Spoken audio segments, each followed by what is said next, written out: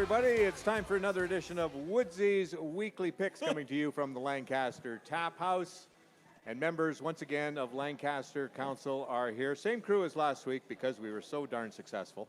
Yeah, nailed Not it. really, but they're all back anyway. Over on the Absolutely. far end, we've got our Minister of Energy, Mike Lee, is here. Thank you. He was pretty good last week. Made some Not reasoned true. arguments. Didn't work out all that well, but they were reasoned. Also, our council manager from the Regina Pat, Stacey Cattell, is here.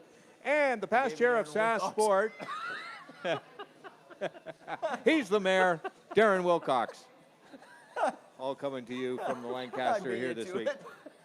Sorry. All right, here we go. Guys, last week, let's go over what happened first of all. Riders and Stampeders, probably a game most Rider fans would want to forget, although Willie and I got it right. We sure did. We picked the Stampeders. These couple of homers over here did Tony not. Tony one Nostro from Vegas was right on that one. Yeah, he was. He said that after 2 games, they're going to film on that guy and they're going to figure him out. But I feel good about next week. Well, I'll tell you this, though. You know, Because we're not they playing. did have tape on Cody Fajardo, but there was a lot of things that went wrong. Number one, they were on a short week. I just don't think those guys came out ready to play. I thought that they were ready for. They came out. Their bye week started about 3 hours earlier. It looked like it. Yeah, I think that was part of the. They looked tired. No emotion, no energy. I mean, sloppy blocking, sloppy tackling.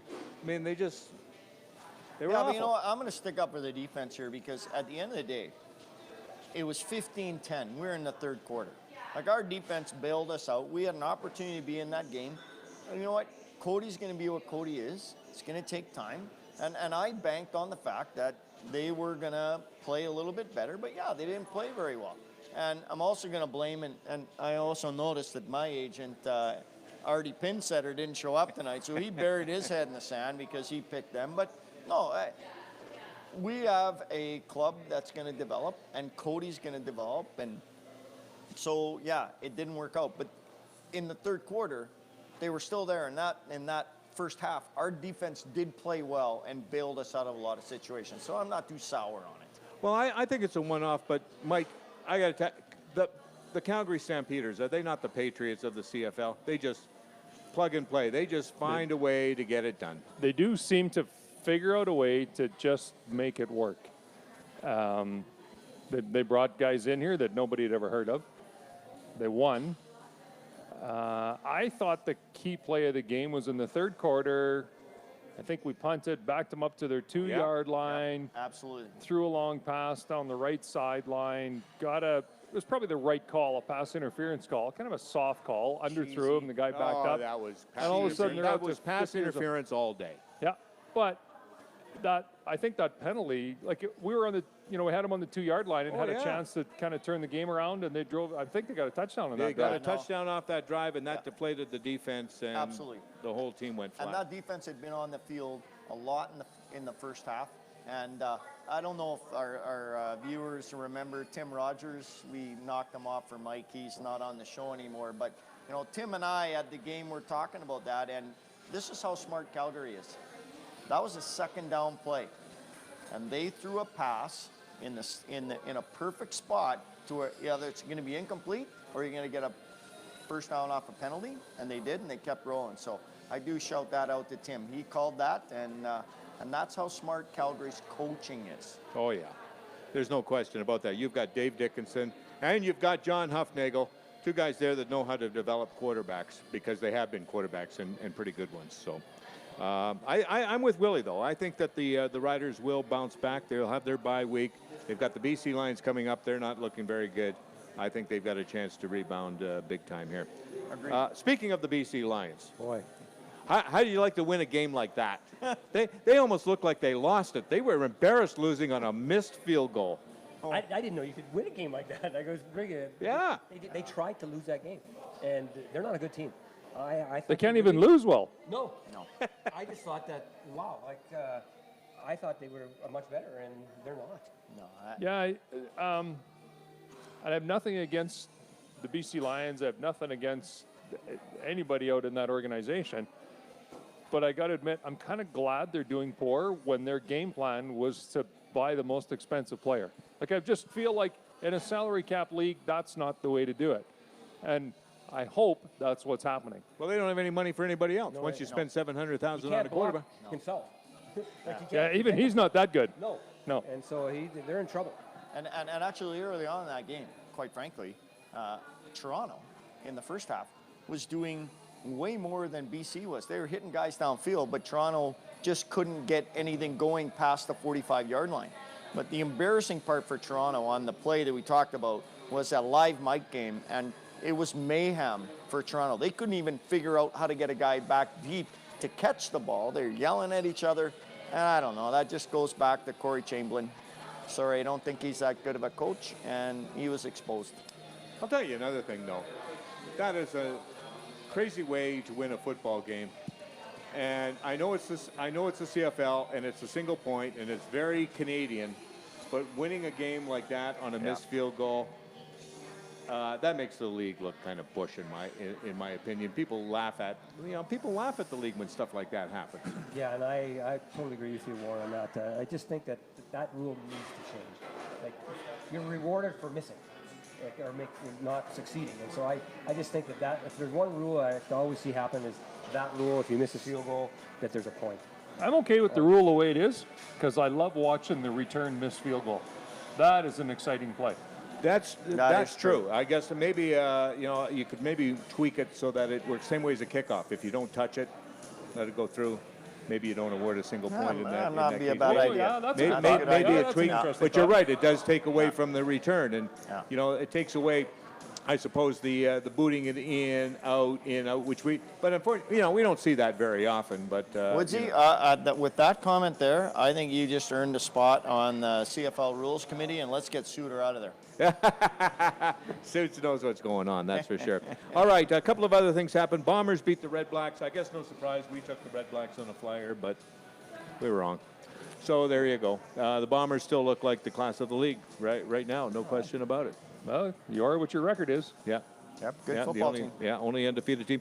How about the Montreal Alouettes? Who saw that one? I don't coming? believe it still. No way that they didn't lose that game, Hamilton, did they? They lost that game, Don't believe and the Alouettes ran the ball down their throat. There you go. So, not to digress back to the Rider Stamp game, I want to see how the Stamps perform this week because they finally had to expose themselves as a running team. And Montreal just went, well, nothing's working, so let's just run the ball.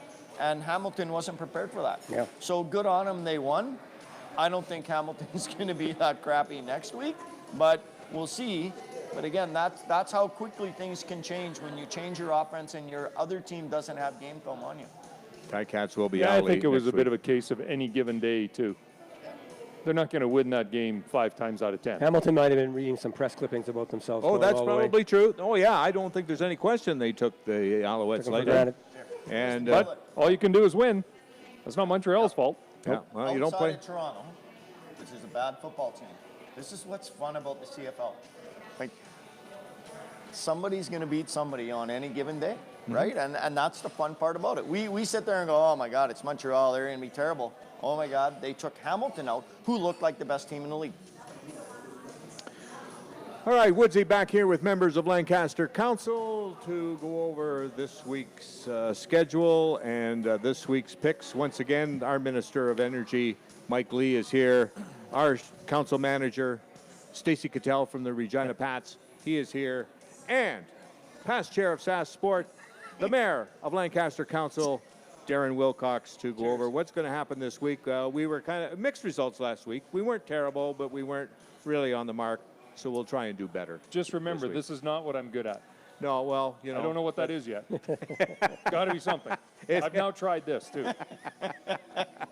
Well, you got to be good at something, and eventually we'll find our way. It might I'm getting take old. a few It's more. gonna- Yeah, it's yeah, gonna I have to know, I happen know. soon. Well, same here. So there you go. All right, let's start Thursday night, and I think it's the marquee matchup. The Edmonton Eskimos. What am I saying? Marquee matchup. That's not the marquee matchup. The marquee matchup will be Saturday, but Thursday the Eskimos play the BC Lions. These two have played already before with the Eskimos winning, obviously. Now the rematch in BC. What do we see happening here, Darren? I'm going with the Eskimos. I just think that they're just too darn strong. And after watching BC, I think they are in big trouble. No question about it. Even though you only beat the Argos by 1 point last week. Yeah. The Argos are terrible, and you won by 1 point on a missed field goal. They just don't have it right now. I think you got to believe that they're eventually going to get it together, but I don't know if this is going to be the week, Stace. Well, I'm following the mayor. His leadership has been solid from the get-go. That was a paid announcement, by the way. He's my boss, and I'm the city manager. But no, the Eskimos, I'm going all the way. Yeah, I'm going all the way the Eskimos. I still think the Eskimos are close to being the class of the league right now. And, yeah, the Lions just are not impressing me at all, and they're not improving. So I'm going Eskimos. Yeah, it's early in the year, but Edmonton has shown they're a pretty good team. BC has not. It'd be very, I mean, I'm obviously picking Edmonton, but it'd be really tough to pick BC. There's no reason to, except they'll win eventually. Yeah. All right. So, and I'm going to go Eskimos as well. I don't know how you can't. BC's got to show me something. And even though they have that one win, it really wasn't that impressive. Right. And, they've got to show me much more than what they've been showing. And the Eskimos have looked pretty good. So I'm going to go with the Eskimos as well. All right, Friday, the Argos at the Bombers. Mike. I flipped the coin and it came up Winnipeg. You'd like to pick an so upset, but how do you here? Yeah, not in this one. I think it was on the TSN website. I saw an interesting question. Will the Bombers lose or will the Argos win first? Well, if Toronto won today, it would be a tie, I suppose, or this week, but Toronto will not win this week. No, I'm going Winnipeg as well. Backup quarterback or not, I know, there could be, some late last-minute decision to whether or not they have a starter in place, but they are showing me, as much as I hate it, I'm not a big fan of Winnipeg, but I'm going Winnipeg. Well, my guy in Vegas, Tony One Nostril Gambino, has made me several dollars over the years. Dollars. And you gave them all to And Stacy. you gave them all to me. I just gave him to Stacy. I'm going Argos. Whoa! Wow! They got a look at taste. They you. came that close. I'm going Argos. Wow. You heard it here. Okay. I tell you, I Some might of that take back. that. I might even think about that if the Argos were at home, but they're not. They're in Winnipeg. They're going to get hammered. I'm going to go with the Bombers in this one. Saturday, the Alouettes in Ottawa to face the Red Blacks. The Red Blacks coming off a loss to the Bombers, but didn't look terrible. The Owls, though, coming off a win. I'll start it off here, and I will go with Ottawa at home. I'm going Owls. Well, you're going right off the map. I today. am. And what's your rationale? Tony behind One that? Nostril. Okay. He's tapped in. He's tapped in. He said, Willie, Have these you are the had picks. too many of these or too many of Say, these? Willie, pick everybody that doesn't have a prayer. That's right. Good on you. Good on you. I'm happy. Way to go. Red Blacks. Yeah, Red Blacks. I mean, that's the logical pick, but I also picked Hamilton last week, which was the logical pick. So You know, if his upsets come through, we're never going to hear the end of I it. know. eh? I hear you. It'll All be right. my show. All right, Saturday, I think, is the marquee matchup. And it's the Calgary Stampeders in Hamilton to face the Tiger Cats. Calgary coming off a convincing win. The Ticats should be in an owly mood coming off that loss to the Alouettes. Mike, who you got? yeah, I would pick Hamilton for the reasons you said, and also because they're at home. Yeah, I would concur. Ticats didn't look very good, and I'm sure they got their you-know-what's chewed out after that game. I think they'll bounce back, and Calgary showed their run offense. Now they have game film on their run offense. They got a great front seven, so I think Hamilton will prevail. I'm going with the Stamps. Of course you are. I like the expected them to go quarterback, with the Riders. Belt Buckle. Is that his name? I think he just got a taste of it, and he's going to take that and go with it. God. So I'm going Stamps. Wow. You're going Stamps, and I'm going to go with the Tiger Cats. I have to. I think they're going to be in an owly mood. They're playing at home. Calgary on the road. They played well last week, and but I don't know. I think That's why Hamilton David is the back. #1 team in the East, and I think they're just a better team than Calgary is. So I'm going to go with the Ticats in this one. So Willie's gone out on a limb here, picking He's out on a twig. the Argos the Alouettes and the Stampeders. He's going the underdogs this week. So we will see what happens. Is he going to be the real guru, or is he just One of those Is guys. he just going to be one of those guys? We will find out He'll probably next be week. just one of those guys. Our thanks to Coors Light, the official beer of the Green Zone. A reminder, our next Green Zone game day party, Saturday, July 27th, when the Riders are in BC to take on the Lions. Kickoff at 5 o'clock. Our pregame show on the air, live from the Lancaster, starting at 3 p.m. And don't forget, listen to the Green Zone on CJME all week for your chance to win a VIP package to the game. And you can also reserve a table, of course, at www.thelancaster.ca. I'm Warren Woods for Lancaster Council. Have a good week. We'll talk to you next time.